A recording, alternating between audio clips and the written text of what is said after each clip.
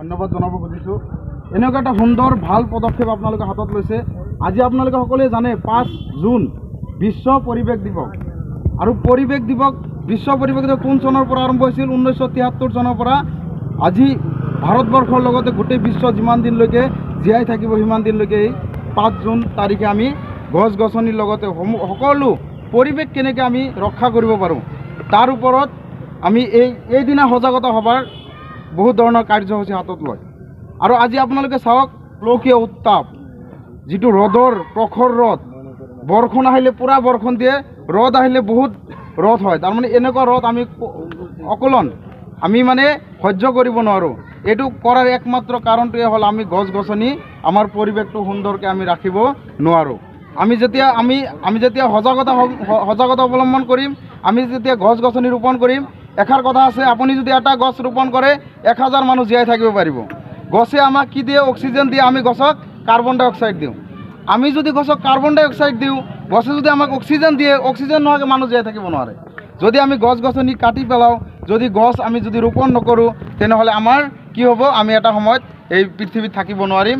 এটা সময়ত আমাৰ অৱস্থাটো নাইকিয়া হৈ যাব, বিলুপ্তিৰ পথত আমি গুচি যাম। সেইকাৰণে এই ইণ্ডোভিল প্ৰাইভেট লিমিটেড NGOৰ যি কাৰ্যপন্থা, যেনেকুৱা ধৰণৰ পদক্ষেপ হাতত লৈছে, যাতে সকলো NGO অসমৰ লগতে গোটেই বিশ্বৰ সকলো NGO যাতে এনেকুৱা ধৰণৰ পদক্ষেপ হাতত লৈ মানুহক বুজনি দিয়ে যে হয়, আপোনালোকে গছ গছনি ৰোপণ কৰিব, আপোনালোকে পৰিৱেশ কেনেকৈ চাফ চিকুণ কৰিব লাগে, সেইবিলাকৰ ওপৰত আপোনালোকে যেনেকুৱা সজাগতা অৱলম্বন কৰিছে, সকলোৱে যাতে এনেকুৱা সজাগ হয়। 1973 চনত যেতিয়া এই আইনটো প্ৰণয়ন কৰিলে, তাৰ আগতে বহু বনাঞ্চল ধ্বংস কৰিছিল, বহু গছ গছনি কাটি পেলাইছিল। আৰু সেই কাটি পেলাইছিল, ধ্বংস কৰিছিল, তেতিয়া বিশ্ব সংস্থাই এটা মিটিং পাতিলে, সভা পাতিলে যে হয়, কি কৰিব পৰা যায়, এই দিনে দিনে বাঢ়ি আছে, তেনেহ'লে এই উত্তাপ কেনেকৈ কমাব পৰা যায়।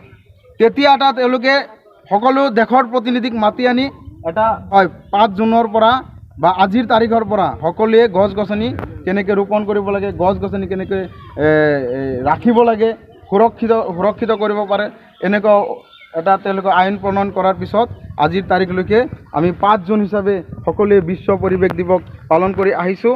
আৰু অনাগত দিনত কৰি যাম। আপোনালোক সকলোৱে গছৰ লগতে আপোনালোকৰ পৰিৱেশটো চাফা